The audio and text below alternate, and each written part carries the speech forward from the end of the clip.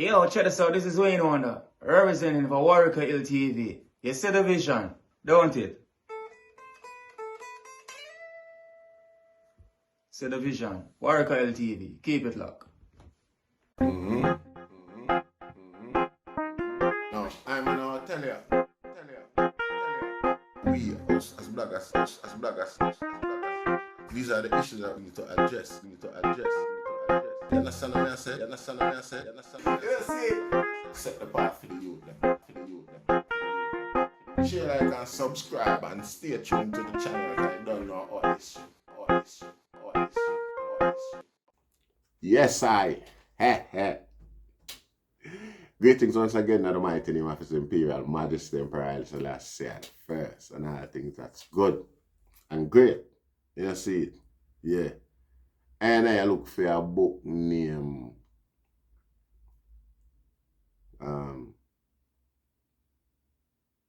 never mind. So remember it and talk about it. But I read from that book here a long time come like Larry Guns good. I feel like some have her up and a bandana.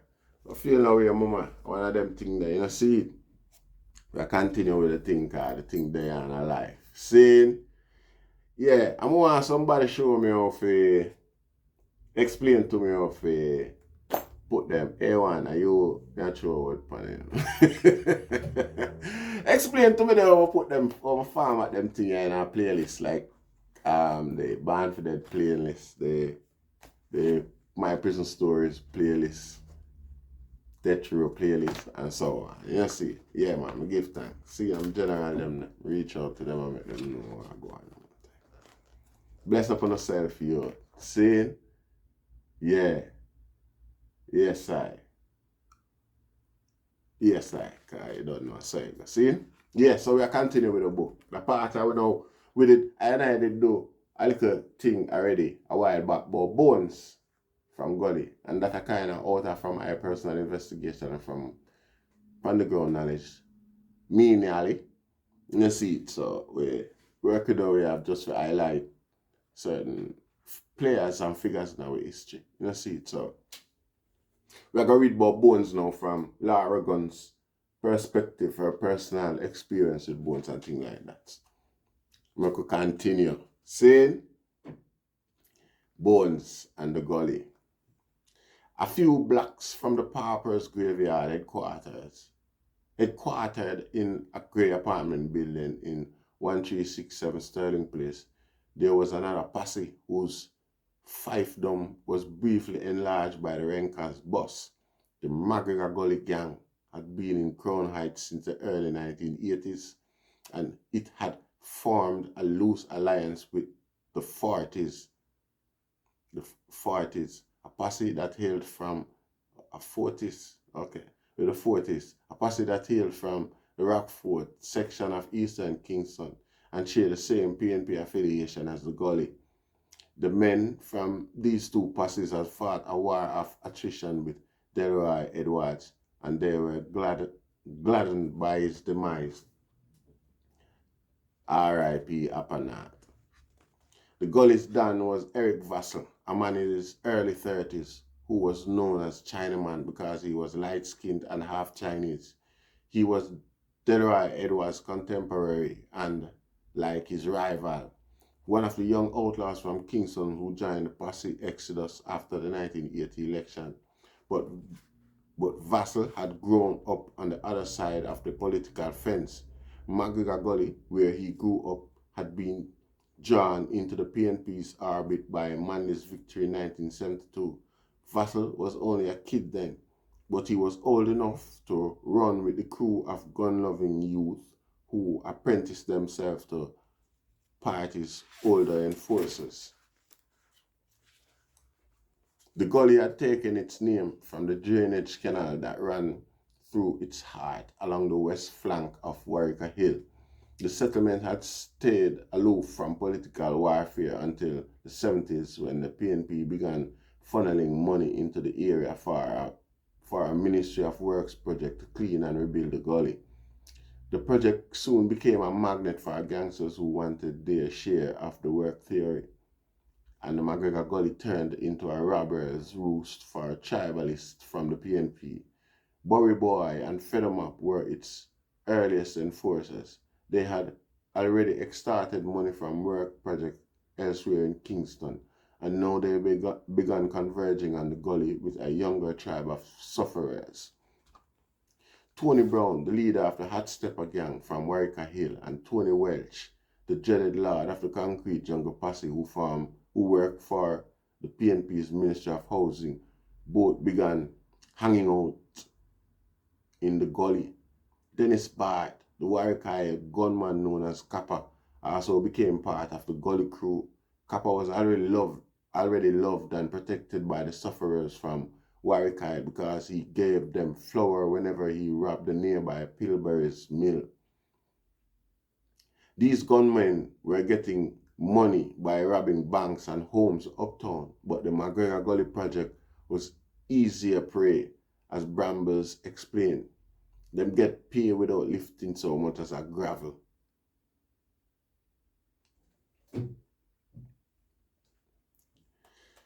But a dog-eat-dog struggle was the price of this patronage, and by the mid-1970s it had escalated to such a pitch of violence and corruption that Mike and Manley ordered a government investigation into the Ministry of Works.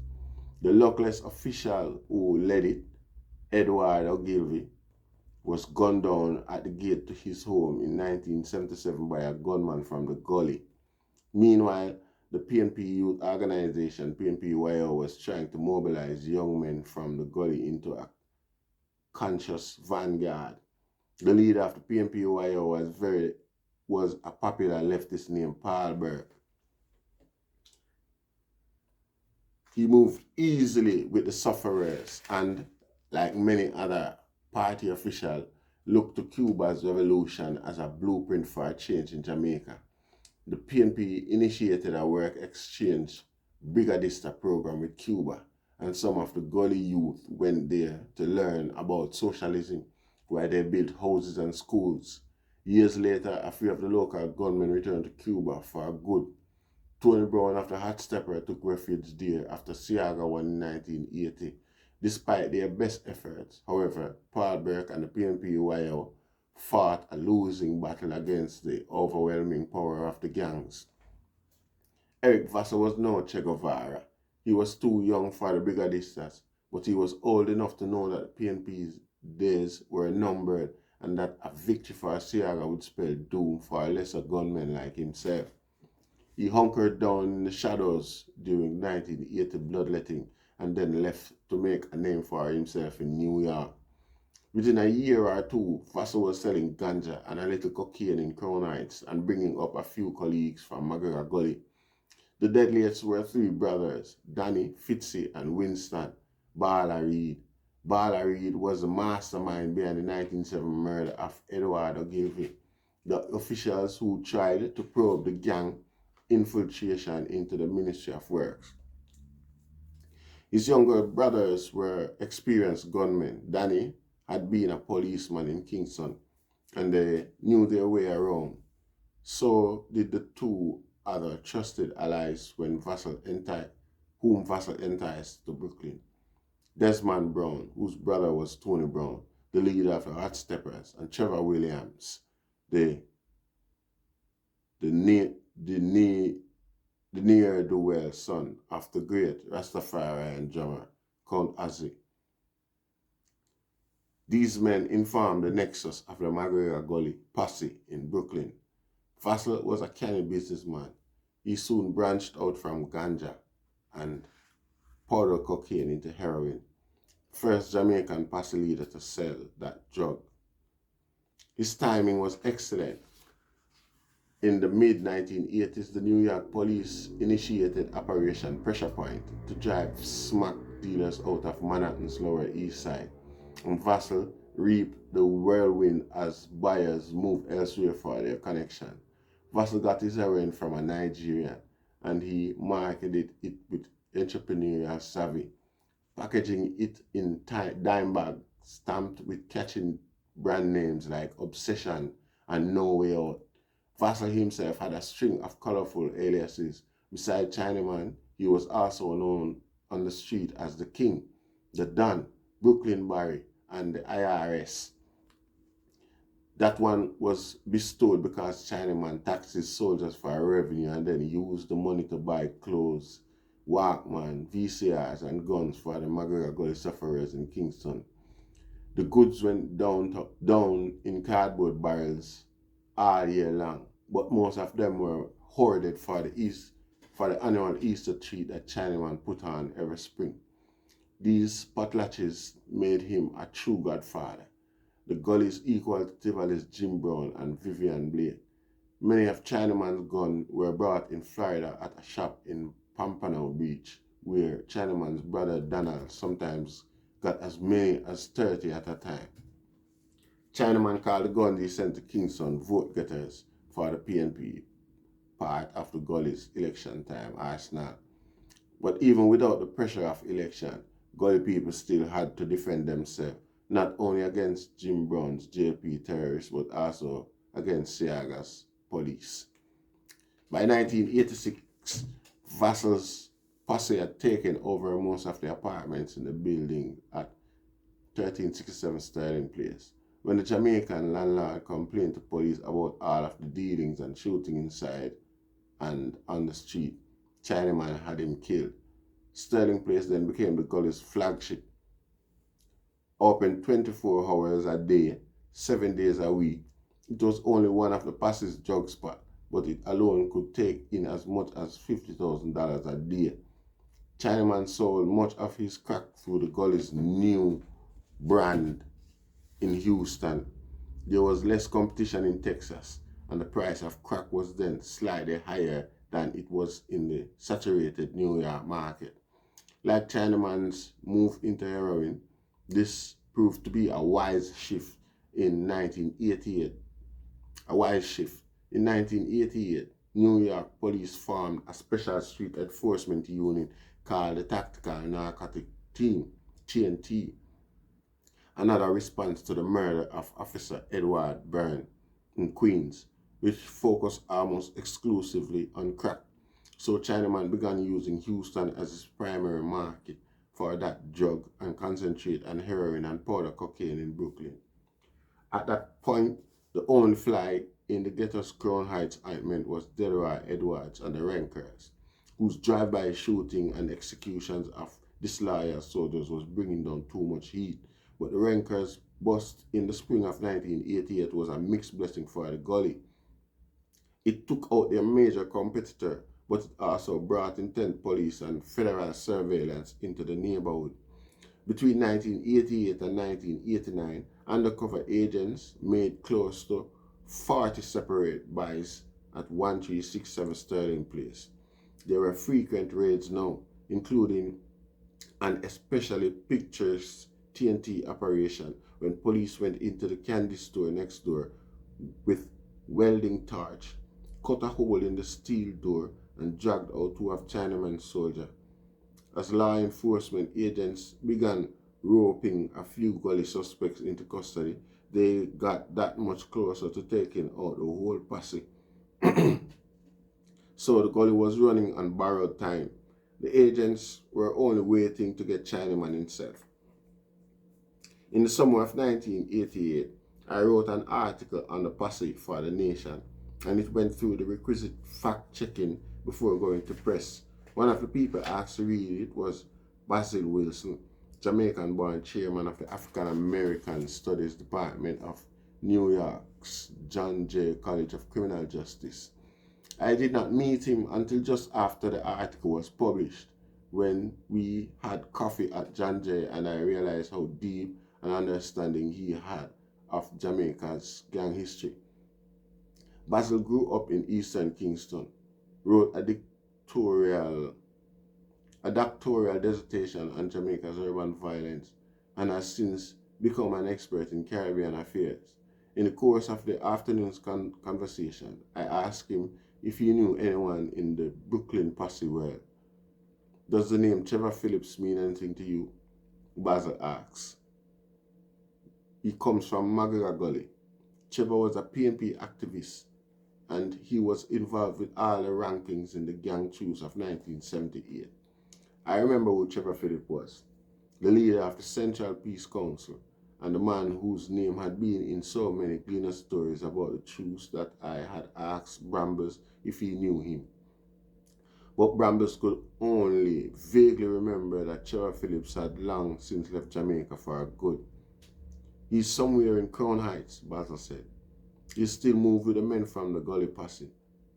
Basil had known Trevor since 1978, when Trevor came to New York to be a guest at WLIB Radio's Caribbean talk show, which Basil was hosting. This was just after the gang truce and Bob Marley's massive Kingston concert in its behalf. New York large Jamaican community was hungry for news about the political crisis at home, and Trevor Phillips was an expert witness. He and Basil had become friends after Trevor left Jamaica in 1979. 2 years later, Trevor wound up in prison in New York. What happened? I asked Basil. He heaved a weary sigh. Something about a gun. The police arrested him with a pistol that he had used in a robbery at a reggae club, and they sent him up for 5 years. He started out in Attica, where he had a very hard time because of his dreadlocks and his Rastafarianism, and he fought hard to make the prison authorities respect his belief. He wrote me a lot of letters from jail. Trevor is a ranking, Basil said sadly. He has been a ranking from morning, as they say, and he will never change. That is indelible. But he's one of the most intelligent men I know. Had he grown up somewhere other than Magura Gully, there is no telling what he might have become. Go back through your files on the 1978 truce, he said, and meanwhile, I'll see if I can find Trevor in Brooklyn. I hadn't looked at these files since 1985, when Brambles and I were working together in Kingston and the Green Bay massacre that sparked the gang truce. But I found Trevor Phillips in a story headline, Peace Council aims to unify the masses. There was a grainy photograph of Trevor with resplendent locks addressing a crowd at Headquarters House, the downtown Kingston building where the Central Peace Council held most of its meeting. We as youths and dispossessed people have come of age, said this distant voice, full of the rhetoric of the 1970s. We are demanding for all equal rights and justice. We are asking of the well-thinking people of Jamaica to understand the bitterness, the hatred, and the frustration built up in the minds and attitudes of a transplanted African people. Another picture focused on the crowd at Headquarters House that day. The ranking from West Kingston were slouched in the front row, looking distracted and bored. A few weeks later, Basil found Trevor in Brooklyn and asked him to come to there. Another picture focused on the crowd at Headquarters House that day. The rankings from West Kingston were slouched in the front row, looking distracted and bored.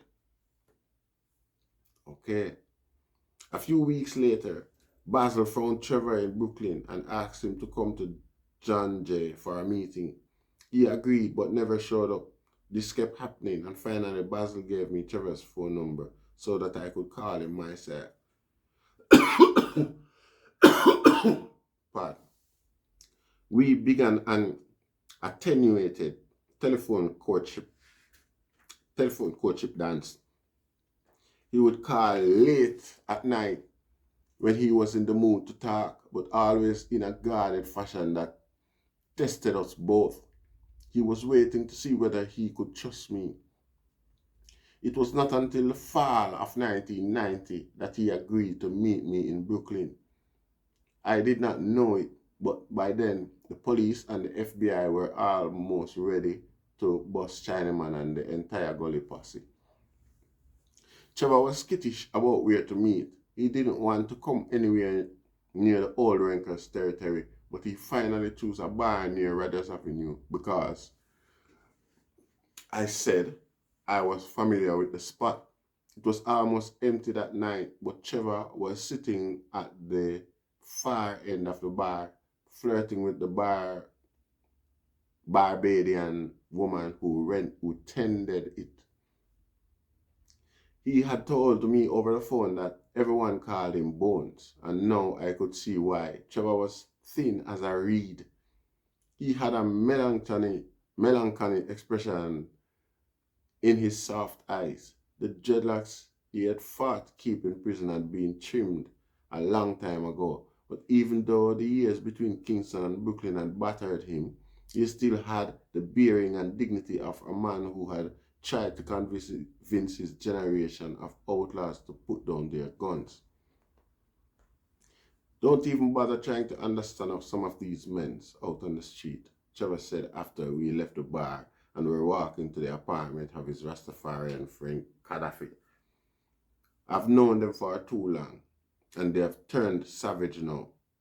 Gaddafi's girlfriend was in the kitchen, cooking up a pot of vegetable in coconut milk, and the dread was in the living room with a few of his brethren, smoking herb and building a delicate pagoda-shaped lamp out of red, gold, and green popsicle sticks. They drifted into the kitchen for supper, but Trevor and I stayed on the couch to talk.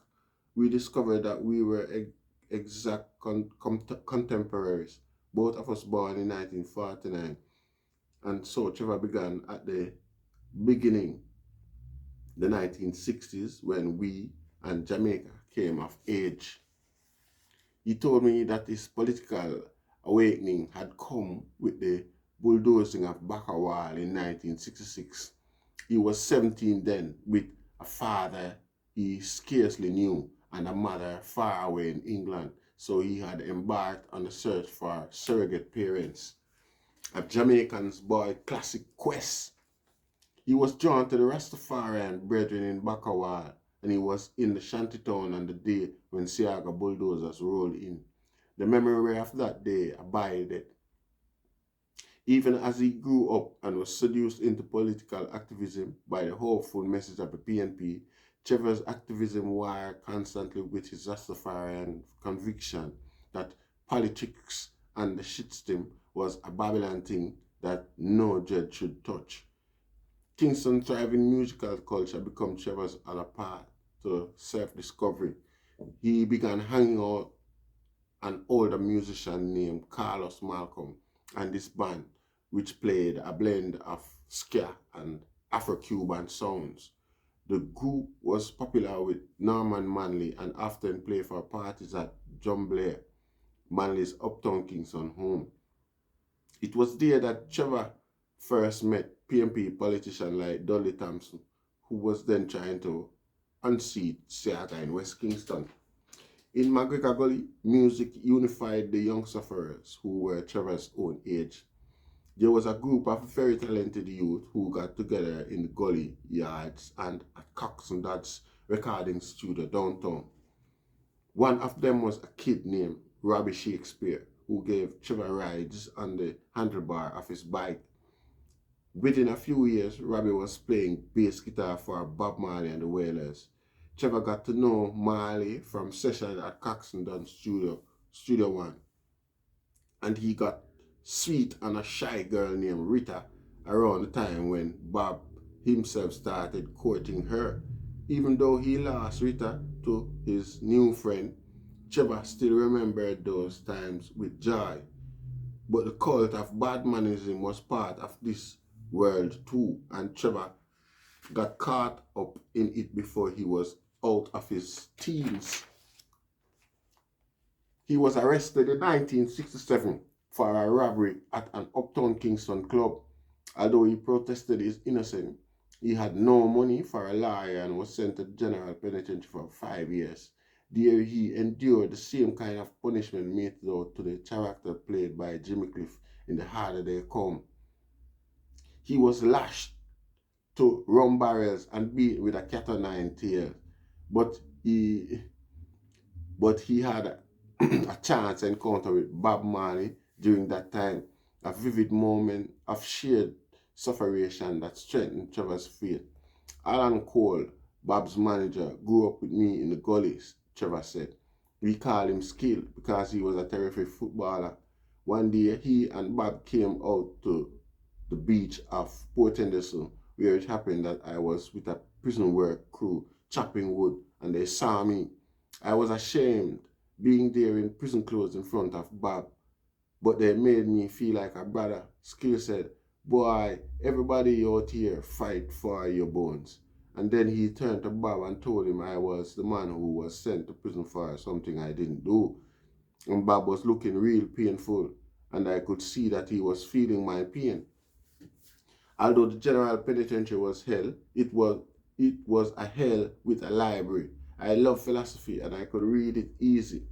Trevor recalled, maybe because I have had it right up through secondary school. One of the first things I read in prison was Bertrand Russell and then H.G. Wells. I think it was his outline of history. And then someone gave me a book by Nelson Mandela, No Easy Road to Freedom. And that book really took me into my own life. Mandela talked about how the British in South Africa set the East Indians against the blacks, just like they did in Jamaica. My father was East Indian, and I had a stigma about that growing up. Rastas used to call me Coolie, and they would say, Coolie boy, what you going to do when we all go back to Africa? Where you going to go then? You ain't black, you ain't white. They're going to have to chop you in two. So right then and there, reading Mandela, I saw how colonialism was the same everywhere. How these things all fit together. And I just started reading like mad. Like Eldridge Cleaver said, I read to save myself. But all of Trevor's reading could not save him from what was happening in McGregor Gully when he came out of prison in 1972. We used to have a saying in Kingston, the wise men come from the east. And up to the time I came out of GP, this was true. Eastern Kingston was never drawn into the kind of warlordism that Siaga kicked up in the west. But I will never forget the scene in the gully on the very day I came back. It happened to be a Friday, payday, and I just saw all these tough guys hanging out. Tony Welch from Concrete Jungle, Tony Brown from the Hot Steppers, this outlaw from West Kingston who was called Starkey, and these guys were all getting fat contracts from Feathermap and Burry Boy for their share of the Gully Work project. As McGregor Gully became another gang hotbed, the police started doing night sweeps and eradication mission through the area. The terror this engendered among the sufferers made them turn to the PNP for protection, and soon the neighborhood became another garrison constituency. Trevor began to see Trinity cruising through the gully in his Jeep and was astonished that the killer cop left him alone.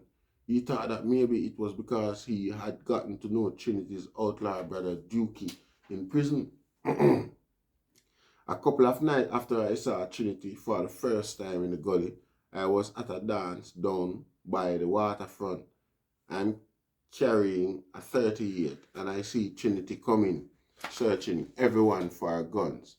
He's got two pistols wrapped around his legs like a cowboy, and he's in full black with an M16 in his hand. I'm dancing with this girl named Lana who I want very much to take home. Jesus, I say to Lana, I got nowhere to run, baby. If I drop over this wall outside, it's right at the sea, and I know by then that Trinity killed anyone he finds with a gun. So I pull mine up between me and her and just kind of slide it between her breasts and tell her to drop to the floor if he comes up.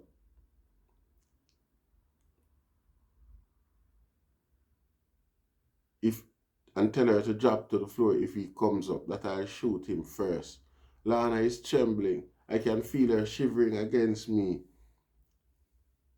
And do you know that man just look at me and walk on by? Things didn't usually turn out this way for the sufferers who went up against Trinity and his colleagues on the police force. Too many of the Gully youths were dying in gunfights with the cops and another one. Paul Burke and the PNP-YO were meanwhile trying to turn them away from violence. And Burke persuaded Trevor to bring a youth group he'd started into the PNP. Trevor had seen Eric Vassal around the gully and knew him as one of the kids who were already apprenticing themselves to gunmen. There was one of Chinaman's early killings that really broke me apart, Trevor said. A kid I loved named Rats and Bats. We called him Batsy.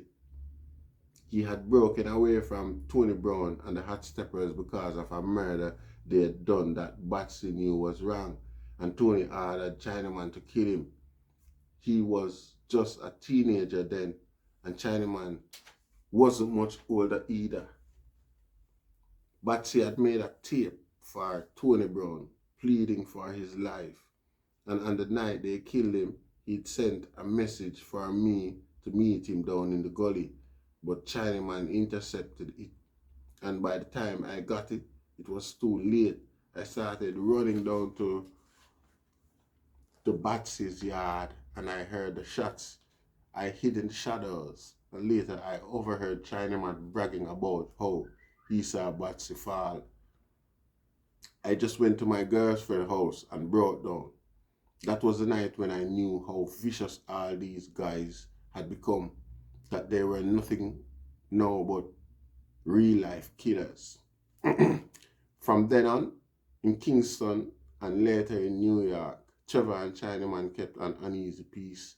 They were almost a generation apart and separated as well by a different kind of suffocation. Trevor had grown up poor, but he had a good education and a strong dose of Rastafari culture. He had come of age when political violence was only just beginning. Chinaman was a child of the generation that grew up with Kingston outlaws as their role models, and they were these distant gods. Trevor knew these men as friends and saw them die in Kingston's endless warfare. His contemporaries were ranking like Kappa, Claude Masso, Bucky Marshall, Tony Welch, and Bayer Mitchell. So Trevor was always the gully's old head, the man who could move through the city's tribal battlefield and when the time came, speak for the gang leaders. Because Trevor saw the shifting configuration of the rankings, that they were caught between their desire for peace and their political plans for a war, and because he knew that the truce had no chance of lasting once the pre-election frenzy laid siege to the ghettos, he could feel the peace crumbling by the spring of 1978. Bob Marley's One Love concert on April the 22nd was supposed to be the beginning, but it was really the beginning of the end. Trevor brought some photographs of the concert to Gaddafi's that night, pictures of him and Bob Marley with their gangster friends. The ranking all looked exuberant. There was Bob clowning around backstage with Bucky Marshall and Tony Welch. Trevor and Bob holding a loaf of photographs of His Imperial Majesty Haile Selassie. Trevor on stage with Bob at the concert. Their faces were only inches apart and they looked like brothers. Marley's face was streaming with what must have been sweat but looked like tears. And Trevor's fingertips were pressed together in the Rastafarian gesture of prayer. Midway through the concert, Marley summoned Manley and Seaga on stage. The one and only time that the two leaders came face to face during the gang truce. And Trevor had shots at that moment too. They were joyless, with Claude Massop hovering in the background and a tribe of grim-faced bodyguards surrounding them. The two politicians clasped hands over Bob's bent head. Their gesture of peace was a sham. You can read the fate of the truce in their pictures, can't you? Trevor asked. Manley didn't know it that night, but his One Love Peace concert had been... Marley didn't know it that night, but his One Love Peace concert had been used as a cover for Siaga's forces to smuggle guns into the country. They were hidden inside a shipment of lighting equipment used for the show. These guns came in right under the noses of the customs people, Trevor said, and I was so naive and gullible that I had no idea of what was going on. On the night of the show, Chris Blackwell, Marley's producer of Island Record, sent someone to the stadium to tell Trevor that this equipment was on the wharf waiting for clearance. Blackwell had no idea what else was inside the metal cases. Trevor made an urgent call to Dudley Thompson, the Minister of National Security, to clear the containers. It was not until a few days later that Trevor found out about the guns at the post-concert meeting of the Central Peace Council. Bayer Mitchell, the gunman from Tivoli Garden, threw him the warning. Mr. Chairman, Bayer growled to Trevor, it's not peace we're dealing with, it's pieces. And then Bucky Marshall set Trevor straight. Bucky asked me if I knew what was going on, warning me that Siaga was already getting guns for the coming election. Whole heap of gun come down in the equipments, Bucky said. And me see one me want. You see, as Trevor erstwhile friends began scrambling for firepower, he watched the peace unravel before his eyes. But he told me that night at Gaddafi's that the worst was yet to come. He knew the man from Tivoli Gardens everyone called Jim Brown, a gunman who had been around for years and now appeared to be displacing Claude Massop as Siaga's chief enforcer. Trevor ran into him at Central Peace Council meeting where Siaga had sent Jim Brown to spy. But it was not until a few weeks after Marley's concert that Trevor realized how dangerous Jim Brown had always been. Bob had a spare office at his house on Hope Road, and he was letting me use it. Jim Brown had some money from the concert, so I told him to meet me up at the Hope Road yard. When Bob saw him, he threw me a look like daggers. After Jim left, Bob said, "Who was that, brother?" And I told him that was Jim Brown from Tivoli. Didn't he know who Jim Brown was?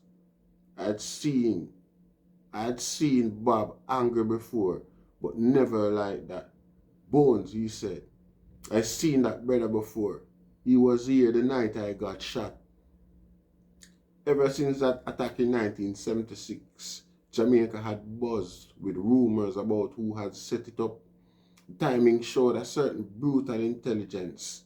The botch attack came just before the December election and made it look as if internal security under Manley's regime was so shaky that it could not even ensure the safety of the island's most important citizen. So Jamaicans always assumed that Siaga and the JLP had been behind the shooting. No one believed that Claude Massop, Marley's close friend, would have gone along with such a treacherous move. But Jim Brown would have done it to show Siaga that he could be a trusted assassin. Trevor asked Bob if he was sure. "Yeah," Bob answered, shaking with rage. "I'm sure." It was not long before Trevor saw Jim Brown's calling card in the death of other friends, and the new Don from Tivoli Garden wanted Trevor out the way too. Brown convinced Claude Massop and Bucky Marshall to steal some footage of Marley's concert and try to sell it in Toronto. Trevor followed them to get the film back, unaware that Brown was behind the theft, Trevor told the Central Peace Council that he would stop in New York on his way back to Kingston. Brown dispatched by a car from Tivoli to kill Trevor in New York. I have 9 lives, Trevor said, and I use one of them. He decided at the last minute to go to Miami instead, where one of his sons was living. When he got to the Miami airport, he called his friend Schoolboy, one of the Kingston ranking who had moved to Florida to sell drugs. "You don't know you is supposed to be dead," Schoolboy yelled into the phone, Trevor said. Then he tells me that Warieka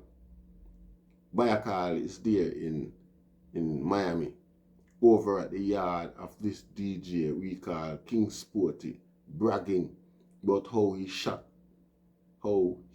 me in New York. And Schoolboy said that everyone is over at Sporty's yard snorting coke and being happy I am dead. Bayer felt sufficiently sure he'd kill me to have called a reporter back in Kingston with the news. So I said, "Schoolie, you got any guns in the house?"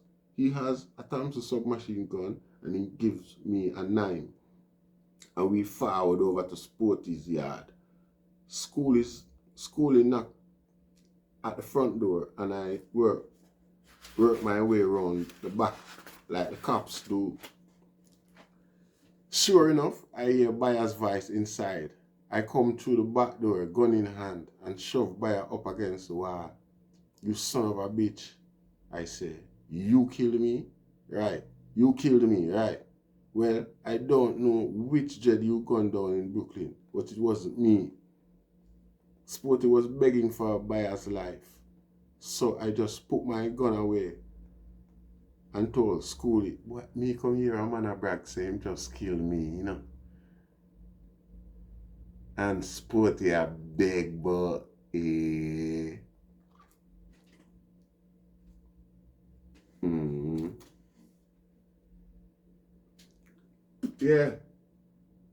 Sporty was begging for a Warieka life, so I just put my gun away and told Schoolie, "Come, make we get out of this place." And this was supposed to be peace, Trevor said, relishing his bitterness. "We are supposed to have a truce." And meanwhile, Jim Brown sends Bayer car all the way to Brooklyn to gun down an innocent man. Them keep saying Bayer Mitchell still. See, gun down an innocent man. Within a year, by 1979, every one of the rankings involved with the truce was dead. Jim Brown got rid of Copper, the man Trevor loved most of all, by setting up a robbery for a copper at the Kingston racetrack and then betraying him to the police, who ambushed him there. Police gunned down Claude Massop in February 1979, probably with Brown's connivance, and his death lifted the last barrier to Brown's control in Tivoli Gardens. Bayer Mitchells died shortly after Massop from a cocaine overdose, and Bucky Marshall was shot dead in Brooklyn by a JLP supporter who caught him without a gun at the Starlight Ballroom. A JLP supporter, you know. I saw which way the wind was blowing, Trevor said. Seaga was getting ready to shoot the PNP clear to hell, and I could see that one of the first to die would have been me. Everyone I knew was dying. All my friends were getting killed.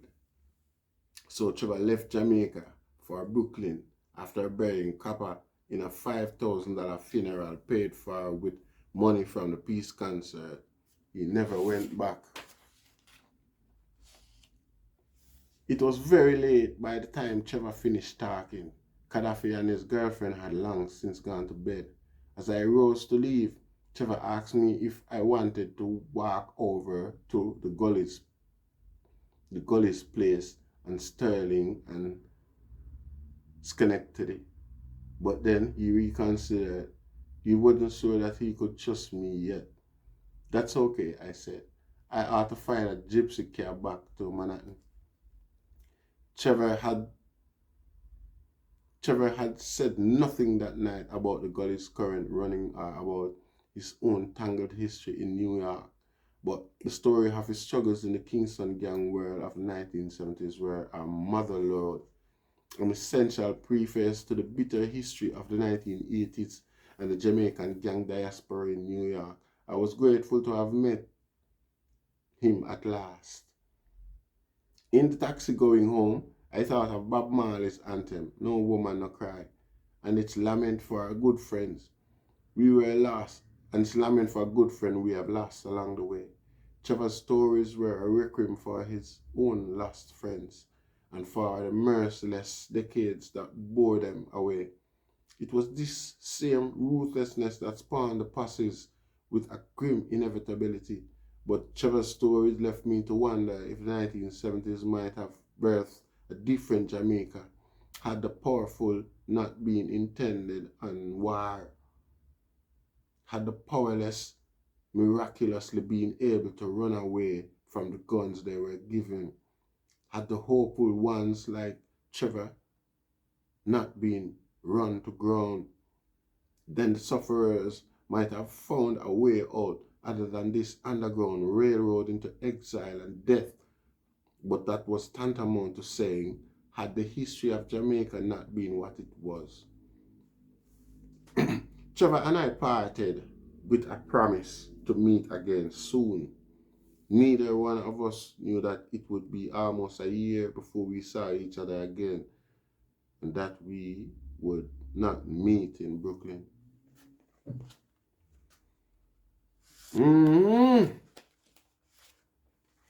Yes, Rasta.